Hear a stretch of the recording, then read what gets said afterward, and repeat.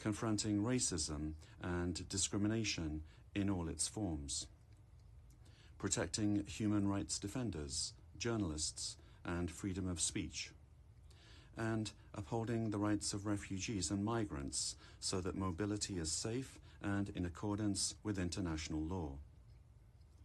Human rights are a daily battle, online and offline. They require political will. But dignity is not only about the protection of rights. It is about rights fulfilled through inclusive and resilient development. Rights that put an end to poverty and hunger. Rights that open doors to education, health, and opportunity. The Sustainable Development Goals are our shared roadmap for achieving these rights. But in order to make progress down this road, we need fuel. And that fuel is finance. We've seen what development done right can deliver. In the past decade, millions more have gained access to electricity, clean cooking solutions, and to the internet. Child marriage is in retreat. Women's representation is growing, but cuts to aid are wreaking havoc. They are a death sentence for many. For so many more, a stolen future. This is the great paradox of our time. We have the solutions, but we are siphoning off the fuel that would make it possible to make progress. To choose dignity, we must choose financial justice and solidarity. We need to reform the international financial architecture so that it drives development for all.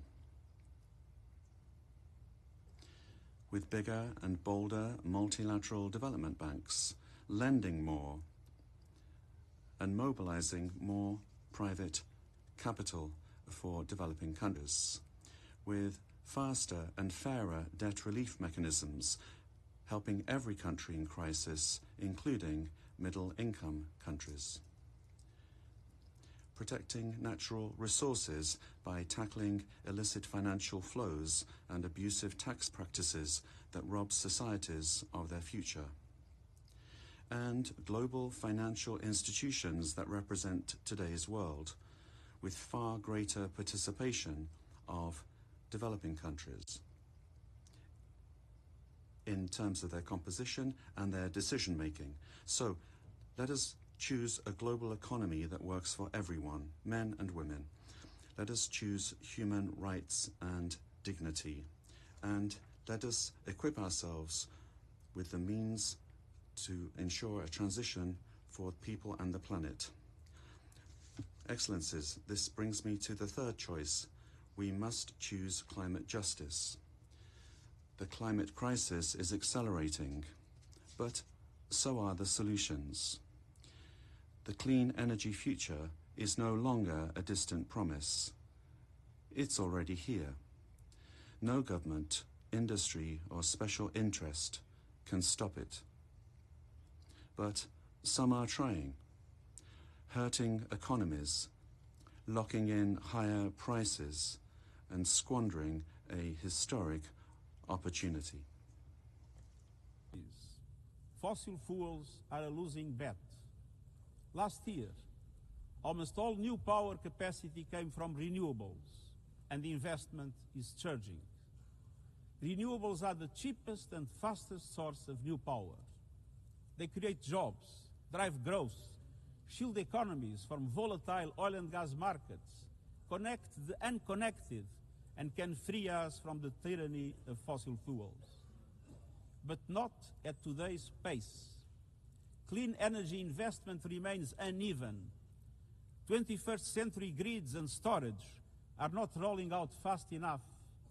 And public subsidies, taking from taxpayer money, still flow to fossil fuels over clean energy by a factor of 9 to 1.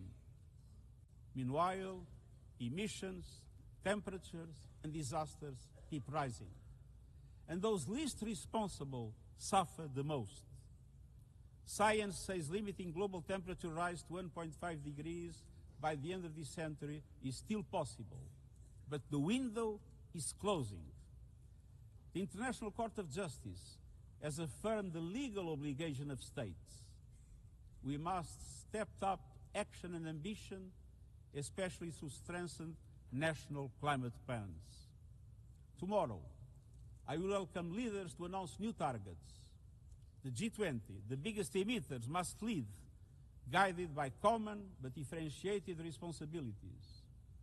But all countries must step up and do more as we head to the UN Climate Conference in Brazil. By accelerating action in energy, forests, methane and industrial decarbonization. By defining a credible roadmap to mobilize $1.3 trillion annually in climate finance by 2035 for developing countries. By supporting just transitions, by doubling finance for adaptation to at least $40 billion this year, and rapidly deploying proven tools to unlock billions more in concessional finance. And by capitalizing the Loss and Damage Fund with significant contributions. All of these requires government, international financial institutions, philanthropies, civil society, and the private sector to work together, to provide fiscal space to developing countries and unlock new innovative sources of finance at scale, including solidarity levies on high-emitting sectors and debt swaps. We have the solutions and tools, but we must choose climate justice and climate action. First, we must choose to put technology at the service of humanity. Artificial intelligence is rewriting human existence in real time, transforming how we learn, work, communicate, and what we can trust. And the question is not how to stop it, but how to steer it for the greater good. Technology must be our servant, not our master. It must promote human rights, human dignity, and human agency. Yet today, AI's advancement in outpacing regulation and responsibility and is concentrated in a few hands. And the risks are expanding to new frontiers, from biotech to autonomous weapons. We are witnessing the rise of tools for mass surveillance, mass social control, mass disruption, and even mass destruction. Tools that can drain energy, strain ecosystems, and intensify the race for critical minerals, potentially stoking instability and conflict. Yet, these technologies remain largely ungoverned. We need universal guardrails and common standards across platforms. No company should be above the law. No machines should decide who lives or dies. No system should be deployed without transparency, safety, and accountability. Last month, this Assembly took a historic step, establishing an independent international scientific panel on AI and an annual global dialogue on AI governance. Two new pillars of a shared architecture, connecting science with policy to bring clarity and foresight, enabling innovation to flourish while advancing our values and our rights, and ensuring governments, companies, and civil society can help shape common norms. We must build on these mechanisms and close the capacity gap. All countries must be able to design and develop AI, not just to consume it. I have proposed voluntary financing options to build AI computing power, data, and skills in developing nations. No country should be locked out of the digital future or locked into systems it cannot shape or trust. And governments must lead with vision, and companies must act with responsibility. And we, the international community, must ensure that technology lifts up humanity. So let us choose cooperation over fragmentation, ethics over expediency, and transparency over opacity. Technology will not wait for us, but we can still choose what it serves. So let us choose wisely. Fifth and finally, to meet all these goals, we must choose to strengthen the United Nations for the 21st century. The forces shaking our world are also testing the foundations of the United Nations system. We are being hit by rising geopolitical tensions and divisions, chronic uncertainty, and mounting financial strain. But those who depend on the United Nations must not be made to bear the cost, especially now, when for every dollar invested to support our core work to build peace, the world spends $750 on weapons of war. This is not only unsustainable, it is indefensible. In this moment of crisis, the United Nations has never been more essential. The world needs our unique legitimacy, our convening power, our vision to unite nations, to bridge divides and confront the challenges before us. The Pact for the Future has shown your determination to build a United Nations that is stronger, more inclusive, and more effective. That is the logic and the urgency of our UN80 initiative. We are moving swiftly and decisively. I put forward concrete proposals, a revised budget for 2026 that strengthens accountability, improves delivery, and cuts costs. Practical reforms to implement mandates more effectively and efficiently with greater impact. And ideas to spark a paradigm shift in the structure of the UN and how its parts work together.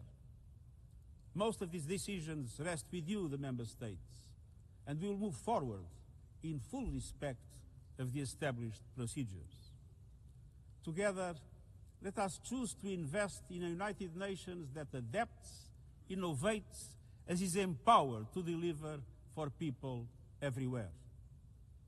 Excellencies, my overriding message comes down to this. Now is the time to choose. It's not enough to know what the right choices are. I urge you to make them. I grew up in a world where choices were few. I was raised in the darkness of dictatorship, where fear silenced voices and hope was nearly crushed. Yet, even the bleakest hours, especially then, I discovered a truth that has never left me. Power does not reside in the hands of those who dominate or divide. Real power resides from people, from our shared resolve to uphold dignity, to defend equality, to believe fiercely in our common humanity and the potential of every human being. I learned early to persevere, to speak out, to refuse to surrender, no matter the challenge, no matter the obstacle, no matter the hour. We must and we will overcome. Because in a world of many choices, there is one choice we must never make, the choice to give up. We must never give up. That is my promise to you, for peace, for dignity, for justice, for humanity, for the world we know is possible when we work as one. I will never, ever give up. Thank you.